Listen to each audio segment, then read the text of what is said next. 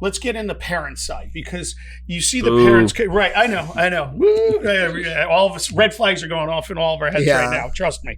And the reason I'm bringing up is it's a perfect segue, because you get the over 18. And they're coming in and they're doing their own casting and they're working on it. Now you have a kid who's 8 years old, and it's their first time. Somebody said, their parents got them the headshots. They're now they may get an agent. They're coming in for a casting, and you can just see in their face that either their parents have been like, just pressure them. Come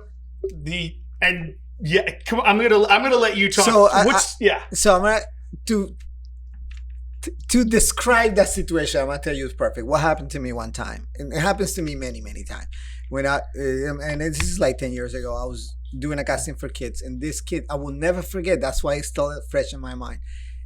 He's been doing great. He's been booking jobs, and then I was doing a casting. He walks in, and he was so tired, he was done.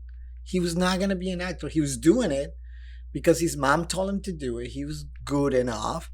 And then he walks into my room, and he was just like, and for some reason, yes, with the kids and with some of the actors, I create a connection.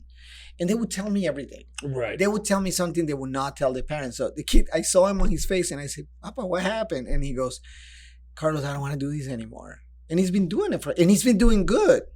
And then I said, why? And he goes, I'm tired. I want to be a kid. I don't want to do this anymore. Mm-hmm. So I did, and this is I think people know. I did, you know what? I'm not going to do the camera. Let's me and you talk for 5 minutes. I'm not going to tell you, Mom, that you did not do the casting. Tell me. And he goes, I want to play. I don't want to do this. I don't want to do more castings. I've already done enough. And I said, good enough for me. And then we went out, and I told the mom, I said, Mom, he needs a break. And the mom goes, no, he's not. And I said, yes, he does. Don't do it for a year. But he loves it. No, he's not. He needs a break. Yeah. And that kid is not an actor today. Probably he's a doctor. I wish he's a doctor. Right. Don't put your dreams through your kids. If the kid has talent, you're going to see it. If he wants to do it, he's going to do it. Don't make him do it. How many parents do we know who ruin it? Oh, tons. For their kids. Tons of them. Ruin it. Because they didn't make it. And not only do they force their kid, they force them to the point where the kid doesn't want to do it anymore. And then it's just that friction there. And I can give you some of the most famous phrases. If you don't go in there and do the casting right, I will not take you to McDonald's. Right. So, what, you're not going to feed him? You're bribing? Yeah, this is the relationship you're starting. And ironically, it's a casting for McDonald's. Exactly. Oh, wait, I got a good one. Let's do babies. Time.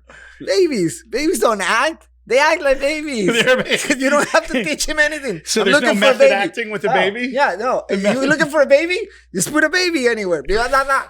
Great job. Right? And I'm doing this commercial, the baby have to cry. Right? Easy. All right? You know what? Let the baby there for 5 minutes. I'm sure he's going to cry. Yeah, put him on a plane. They'll sit next to me. Yeah. They'll all wait LA. This mom goes to me. She comes to me. He goes, I hear that you need the baby to cry. I'm like, yeah, but we want to see the baby first. She goes, because I can pinch him for you. And I say what? Yeah. You know what I said? That's what I said. You're out. Yeah. It's now the pickle. The pickle's still angry about it. The pickle's pissed off. We don't decide if it's the angry pickle or just the pickle. We're not sure. It'll figure it out. Yeah, so that happens for real. And that's what's so sad, because you see some very talented, like you said, on the flip side, you see some very talented kids, and they're ruined by their parents because the parents, and I see it, you know what's really sad? I've watched this industry, and now you watch what all the young people, and they want to be social influencers, and their parents. Oh, God. Yeah. Oh, God. That's exactly. Yeah. You just. Today, when I was on my way here, I had a mom and a 11-year-old boy, and the argument was the 11-year-old boy saying, I wanna go to school and I'm gonna take cooking classes. The mom's like, no, you taking acting. He's like, Mom, I wanna take cooking, and he's already a good actor. Yeah. He's booked like big stuff, national stuff. He is a super good actor, speaks Spanish, English, talented, is going to be a star. He goes, Mom, this is exactly what he says. Let me do cooking for a year and I will do acting. I said, Carlos, what do you think? And I said, and let him do cocaine. Yeah. He's already a good actor. He'll get the acting somewhere else. Let him do cocaine. Yeah. Let him be happy. Let him be a kid. Let him be a kid, and then you get a star. It's sad. Parents is tough. It's a tough category. Yeah, you see it a lot with all, because they're thinking the kids, and again, it's not their fault, but all parents think the kids are great. Really? On anything. Except, well, you got two geniuses over there. I got lucky. I almost killed my mom the other day. I told my friend over there. Yeah. What? In a sentence. It's a different sentence. But I almost did. He knows. About different stuff. But yeah, no. They want to kill me on a daily basis. Yeah, I understand. Yeah. But they for in a good reasons. way, in a loving way. In a loving way. And they're right. So I understand. But no, and that's exactly it. It's an industry that should be a lot of fun. You're blessed to be in it. You're blessed to book a role and make some good money. And if you're taking all the fun out of it by making, because then they don't want to go to a casting. I don't want to do it. They don't want to do the stuff. If it's not fun, I don't want to do it. And that's the whole thing. And it comes through everywhere in a performance. You see a commercial and it's like meh, It's a lot of pressure, but at the same time, it's fun. You get to do in a job that every day is different because you know every storyboard you get, every commercial you get, is different. But I love my job, so you just have to make it fun. Make it fun. Give me some of the highlights. Let's bring it back for the people that are looking here and they're not in Miami. They're in Atlanta. They're in LA or wherever else. Tell me about what you've seen the market. Because I've watched this market, the South Florida market, because I'm in LA every week, back and forth. I've seen the market, and whether it's film, television, different things. Tell me what have you been seeing?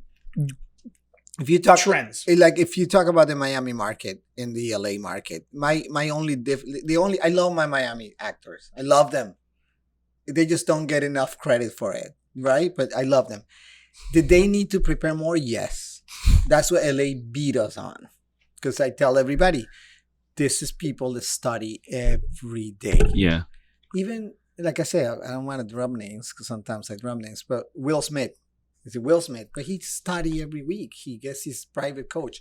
Why? He doesn't need it.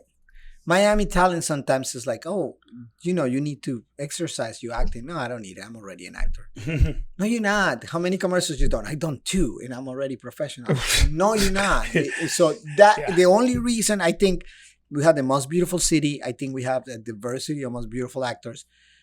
But we also have the actors that go, look, I'm done. I'm an actor. Yeah. I did a 911, insurance commercial. That makes me a professional. And it's not. No. And that's what, to me, that's the only reason LA beat us. And by not being prepared, you mean like they don't know their lines, they come late. They come to a casting with, like I said, with the script. Chris has been there helping me too.